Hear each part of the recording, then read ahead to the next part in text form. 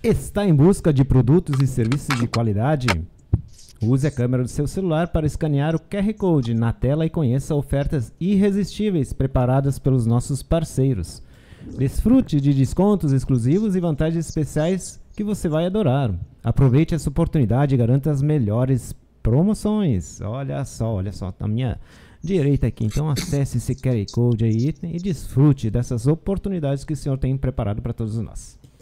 E já voltamos aí do nosso bloco comercial hoje com a participação do nosso irmão Sérgio de Cachoeira do Sul e também Edson Galber de Florianópolis. Vamos compartilhando um pouco hoje sobre o assunto rebanho salvo e rebanho curado. Opa, mas isso não é a mesma coisa? O que é rebanho salvo e rebanho curado? Então nós vamos tirar essas dúvidas, aquele que ainda tem algo assim, algo não ficou claro. Então, primeiramente, quero dar um bom dia para o nosso irmão Sérgio. Bom dia, Sérgio. Bom dia, Cristiano. Bom dia a todos aí do estúdio, os convidados e a audiência do programa. Que Deus abençoe a todos nós. Bom dia. E também o Edson. O Edson já participou um pouco antes aí da programação, no bloco inicial. Mais uma vez, bom dia, Edson. Bom dia. É um prazer estar aqui na Voz da Felicidade. Glórias a Deus. Ouvintes. Então, meus irmãos, meus amados, a dúvida, pessoal, às vezes veio, até teve um seminário aqui em Portão e também até trouxe o presbitério, trouxe aqui no domingo sobre esse assunto, né? Que é, pessoal, sobre rebanho salvo. Opa, e rebanho curado, se tem diferença, né, irmão Sérgio? Então traz um pouco para nós o esclarecimento disso, se teria possibilidade. O programa é de felicidade, a cidade é feliz, aí tudo é felicidade. E né? nós estamos felizes. Mas os filhos de Deus são felizes. Amém. Na verdade, a salvação está tudo cadeado nela.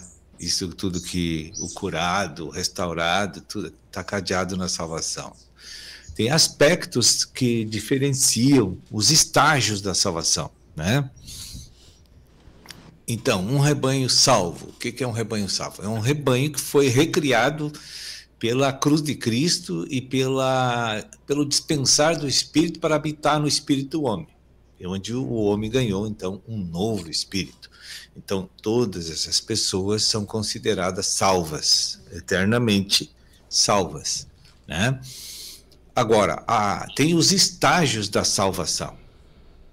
Tem a encarnação, que é a salvação do espírito do homem, onde ele ganha um novo espírito, e não é uma reforma do velho, é bom que se mencione isso, né? No momento que o Espírito Santo é dispensado para adentrar no esconderijo do Altíssimo, que é o espírito do homem, então lá ele recria aquele espírito e esse torna-se um novo espírito, como diz a Bíblia em Ezequiel 36 e também no Novo Testamento. Esse novo espírito, ele não é o fim. Essa justificação pela fé, essa encarnação divina no homem, ela não é o fim, ela é um meio que habilita o homem a ganhar a cura, a restauração, a salvação, a justificação da alma, que é a intensificação do espírito que se propaga através do espírito para dentro da alma do homem, onde Deus então vai saturar o espírito com sua vida e natureza. E aí então, quando esse processo estiver concluído, então a gente denomina o nome de restaurados. A sua alma está salva, a sua alma foi glorificada com a intensa presença da vida divina e da natureza divina. Então aí o homem passa a ser uma pessoa totalmente controlada, dirigida, né, pelo Espírito Santo. Então a expressão do homem vai mostrar o conteúdo da sua alma, que, como Jesus disse, aquilo que o homem tem no coração é aquilo que ele é, né, o que expressa. Então, há uma diferença de estágios, mas não tem diferença. Salvação e cura, tá? É tudo a mesma coisa, só que tem uma particularidade que a gente tem que mencionar. Amém. Glórias a Deus. Até, Sérgio, a gente fala muito em salvar assim, as almas, né? Salvar a pessoa. Mas o importante é a gente também precisar levar cura para essas pessoas. A gente só diz, vamos dizer, através do batismo, né? A pessoa está salva, mas a gente precisa entender que nós precisamos ser curados. Não é que no momento que eu estou salvo, eu não preciso mais fazer nada, né? No momento que eu aceitei o batismo, essa clareza que o pessoal precisa ter, né? Eu me batizei e a partir de agora é com Deus para me curar. Eu não necessito de mais nada, né? Não necessito de busca, de alimento, de consagração. E eu tive uma experiência, Sérgio, umas 2 semanas atrás sobre isso, de nós levar curas para as pessoas. Porque faleceu uma vizinha minha. E aí eles fazem como é que eles... É terço, eu acho que eles rezam, né? E aí eu fui numa noite, na segunda noite eu fui. E aí no outro dia, eu tava no meu trabalho e pensei, hoje de noite vou lá e vou salvar as pessoas. Vou fazer uma oração do novo nascimento. E aquilo lá eu fui, na minha mente, já planejando isso, sabe? Fazendo da minha maneira. Vou chegar lá e se oportunizar eu vou fazer essa oração, sabe? E deu 5h30, me ligou um pai de um rapaz com quem eu faço um apacentamento, assim. Que era para ir lá às pressas, porque eles estavam discutindo, tinha uma briga e até mandaram um áudio, assim, e a situação estava bem difícil. E eu lembro que eu fiquei lá até 8h30, 9 horas. Fiquei até depois do horário do terço lá que tinha, né? E eu ia até as pessoas passarem assim na frente da casa da pessoa, eu pensei, as pessoas estão indo lá e eu vou perder essa oportunidade, né, de levar a salvação. Mas era um caso de uma pessoa que é batizado, esse rapaz, mas ele está passando por depressão, esquizofrenia, muitos sintomas, né? E aí no outro dia eu estava pensando, Senhor, por que não permitiu de eu visitar, de eu ir, de eu levar essa salvação? Eram mais de 30 pessoas, eu podia fazer oração, né? Mas eu acho assim, Sérgio, que Deus, ele vai oportunizar a salvação para todos, né? Todos vão ter essa oportunidade. Não pode dizer, eu não ganhei a salvação porque o Cristiano não veio lá e me trouxe a salvação. Não sei se é isso, né? Mas eu até pedi para ele, daí ele me trouxe uma passagem em Ezequiel, que fala: as minhas ovelhas andam desgarradas por todos os montes e por todo elevado e outeiro. As minhas ovelhas andam espalhadas por toda a terra, sem haver quem as procure ou quem as busque. E até disse que as pessoas, a gente até traz a salvação, mas a gente não apacenta elas, não gera, né? Até gera, mas não cuida dessas ovelhas, dessas pessoas. Então ele me trouxe isso, não. A salvação eu vou oportunizar para essas pessoas lá daquele momento lá. Mas eu quero que tu cuide as pessoas também, né? E não somente leva a salvação, mas que tu cuide isso. Então, realmente, como isso, às vezes a gente fala em rebanho curado, né? Porque às vezes a gente precisa levar a cura também, ajudar na cura de umas pessoas, né, Sérgio? Com certeza. Veja que Cristo tem uma administração na terra de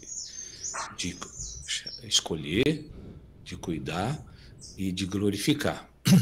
Isso está totalmente na alçada da administração universal de nosso Senhor Jesus Cristo, que faz esse trabalho de forma acendida por meio do poder executivo que é próprio seu dentro de cada homem. Ao homem não foi dado nenhum tipo de prerrogativa poderosa independente de Deus. Tá? Então, o salvar, o levar a salvação, justificação pela fé, ou curar, ou cuidar, isso está na mão da direção interna do Espírito Santo.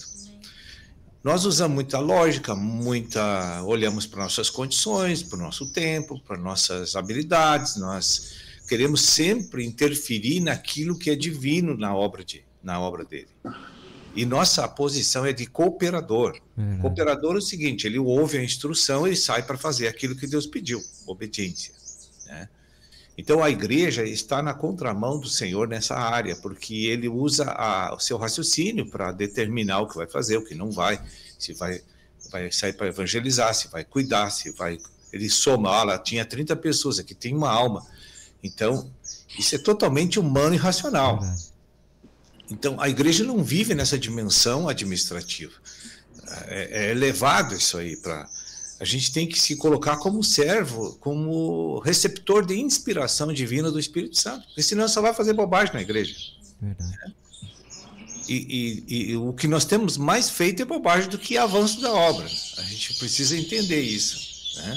Esses anos todos, assim, eu olho para trás e eu vejo os momentos em que o homem participou, independente de Deus, e também vi o momento que Deus participou por meio do homem, que avançou bastante, né? Por exemplo, assim, o nosso ministério teve 2 cisões, nesses anos todos que está nesses 34 anos, né? Houve 2 cisões, vai fechar 34 lá. Eu fiquei extremamente abalado, decepcionado, triste com aquilo que foi feito. Eu achei que aquilo foi uma perda irreparável, que Deus não podia ter deixado acontecer. E aí Deus disse assim, foi eu que fiz, qual é o problema? O que aconteceu depois disso? A igreja sofreu uma alavancada, assim como nunca antes, em toda a história do início, desde o início. Ela cresceu, ela se solidificou, nós começamos a agir mais pelo Espírito, o ministério da palavra se fortaleceu, se entregou mais, né, para liberar o que é do Senhor e não do homem. Tudo foi qualificado. As finanças melhoraram, o Senhor mandou mais recursos, né? Tudo melhorou depois dessas 2 depurações. Então, na minha cabeça, aquilo foi um prejuízo enorme, entende? E aí foi quando ele me disse, eu não trabalho com quantidade, sim com qualidade. Amém. Amém. Glórias a Deus. Irmão Mário? Sobre a salvação, né? Eu me converti em outra congregação e fizemos a oração do novo nascimento na Donep, que nem o irmão Edson falou. E quando eu cheguei na assembleia, que eu me batizei lá, eles falavam que, todos eles, os pastores, os obreiros, que como eu tinha feito a oração do novo nascimento, eu não precisava mais me preocupar, porque eu estava salvo. Mas isso não é uma verdade, né, apóstolo? Não, que está salvo está, é verdade. O que eles não entendem, tentaram dizer para você, né, que eles não têm o reconhecimento e a revelação divina da restauração da alma, que é o 2º estágio da salvação, que é a intensificação do Espírito Santo na alma para você ser plenamente governado pelo Espírito Santo. Porque, veja bem, por que Deus criou o homem na terra e botou na terra? Porque Deus quer tomar o homem para administrar toda a dimensão natural. Enquanto um crente não se entrega para Deus, ele está devendo para Deus. Porque Deus não está conseguindo fazer o uso dele plenamente como foi no projeto original que ele criou. Então, salva a pessoa está. Na Nova Jerusalém ela vai estar. Agora ela talvez não vai conseguir atingir o nível exigido de Deus para estar nas bodas do Cordeiro, que é outro assunto. Então, aí a conversão o 2º estágio da salvação tem que se completar nesta era natural agora, da era da graça. Porque se ele não atingir esse nível, ele não vai para as bodas. Então ele vai para as trevas exteriores, terminar a depuração da alma, a purificação da alma, para depois ir para a Nova Jerusalém. Amém. Não sei se deu para entender. Sim, com certeza. Até que porque então há uma deficiência de revelação nas organizações cristãs que eles não entendem isso. até aqui, até assim, a gente mesmo, assim, eu tiro a base por mim. Eu fiz a oração do novo nascimento, agora é com Deus. Mas o que nós conversamos antes sobre o gerar e cuidar, né? Nós teríamos que estar cuidando dessa alma ali, né? Para não se perder, né? Com certeza. E o cuidar não é nosso. Nós cooperamos com o Espírito para cuidar. E a gente precisa ficar claro, assim, para todos. Eu acho que o pessoal que não pode se contentar somente com a salvação, né? Tem que saber que ainda tem esse estágio, né? Da tribulação que a gente vai passar, ou se não se regenerarem, né? Que não serem curados, transformados, né? Conseguirem a obediência plena ao Senhor, né? Então, às vezes o pessoal, vejo que sim, tá bom assim, né?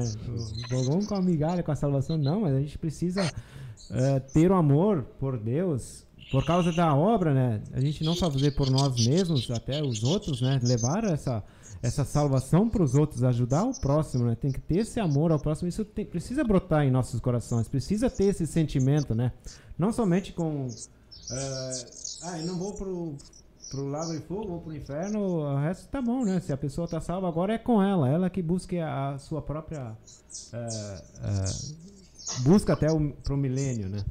E irmão Edson, o que pode trazer assim para nós também? Então, é um prazer estar ouvindo aí o irmão Sérgio, os irmãos falando a respeito, né? E eu acabei não ouvindo esse material da ovelha salva e curada, até procurei na internet, procurei na TV Minorar, não achei nada a respeito, e aí comecei a meditar sobre, né? E aí eu fui até avaliar como é que era a natureza da ovelha, enfim, né? Mas falando de ovelha salva e curada, a gente vai ter que trabalhar também o conceito de rebanho, né? Do rebanho salvo e rebanho curado. Eles são dois aspectos um pouco diferentes, embora sejam complementares, né? Eles mostram o cuidado de Deus para o seu povo. Ambos falam da proteção e da orientação do bom pastor que é o Senhor Jesus Cristo, né? Então, quando a gente vai lá para João 10, a gente percebe aí, eu sou a porta, se alguém entrar por mim, será salvo, entrará, sairá, encontrará pastagem, enfim. Depois em Ezequiel 34, procurarei a perdida e trarei de volta, a extraviada ligarei a que está quebrada, fortificarei a doente, mas a gorda e a forte exterminarei, apacentarei com justiça. Isaías 53, mas ele foi transpassado pelas nossas transgressões, moído e a vinda de Cristo. Então, quando eu penso em ovelha, eu comecei a perceber, embora eu não tenha na prática, né, o conhecimento da ovelha, mas eu soube que a ovelha praticamente não sobrevive sem um pastor, né?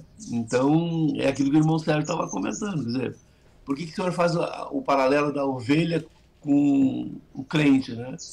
Porque a ovelha sozinha, ela não consegue procurar pastagem, ela não consegue se cuidar, se vier um lobo, um agente externo que ataque a ovelha, ela não tem defesa, ela precisa do pastor, né? E aí eu comecei a perceber na história que na época, a riqueza era as ovelhas, era o rebanho, né? E quando crescia muito, eles tinham dificuldade. Inclusive, alguns passavam meses e meses cuidando de um rebanho, né? E não voltavam para casa cuidando do rebanho, porque aquilo era muito importante, né? Era necessário, senão não preservavam as ovelhas. E quando crescia demais, eles tinham uma dificuldade, né? Então, como é que vão fazer? Cresceu demais, não dou conta mais. Alguns tinham filhos, como era o caso de Davi, colocavam o filho a cuidar, e o filho cuidava como se fosse dele, né? Porque era. E graças a Deus para o rebanho, porque tem uma ovelha, tem um pastor ali, um bom pastor, né? Na verdade, é o Cristo agindo nesse homem, nesse crente, no ministério de pastor, porque pastor não é exatamente uma posição, um cargo, é um ministério, é um fluir, né? Amém. E quando não tinha um filho, por exemplo, para cuidar do rebanho, eles colocavam uma outra pessoa contratada que pagavam, ela ia cuidar.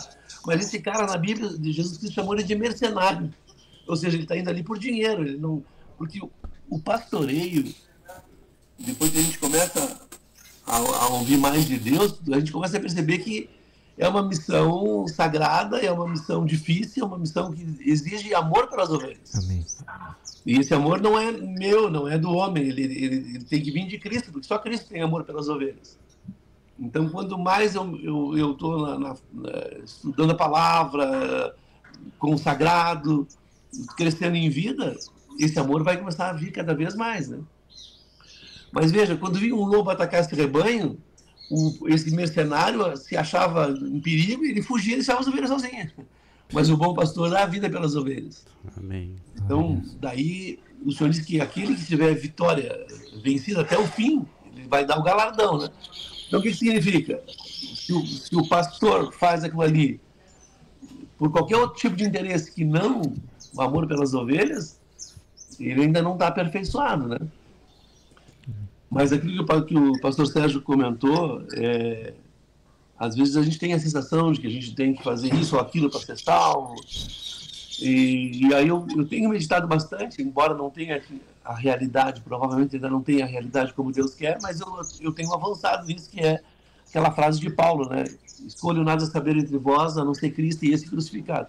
Dando uma conotação específica de que tem que focar no Cristo e na cruz de Cristo. Amém. Porque o movimento de salvação, de redenção, enfim, vem desse movimento de Cristo e da cruz, né?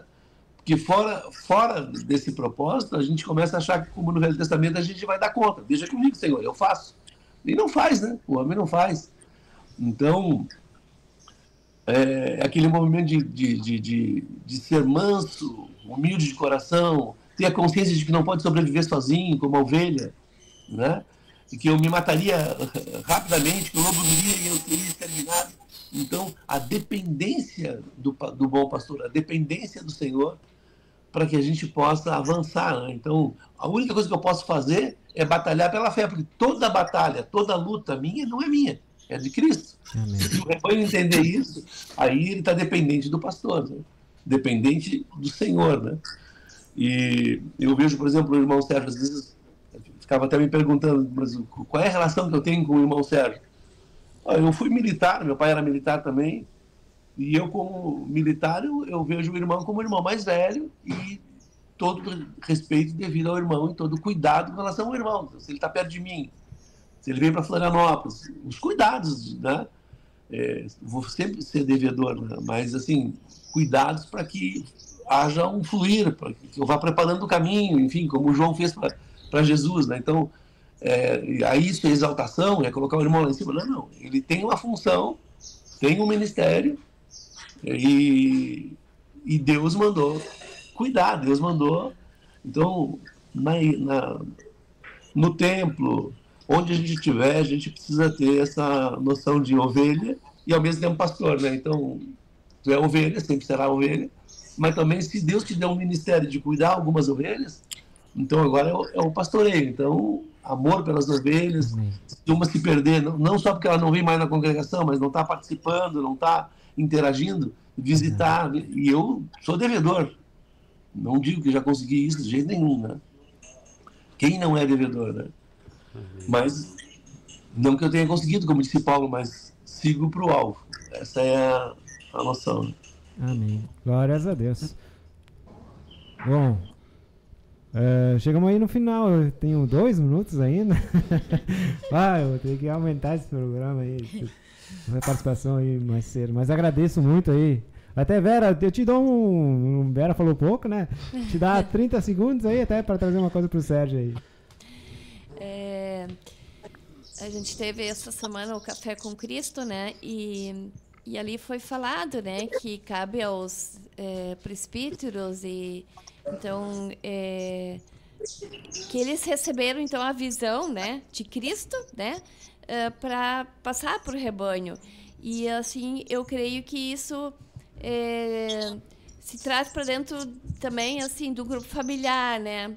Porque na verdade todos nós, né, somos pastores, né?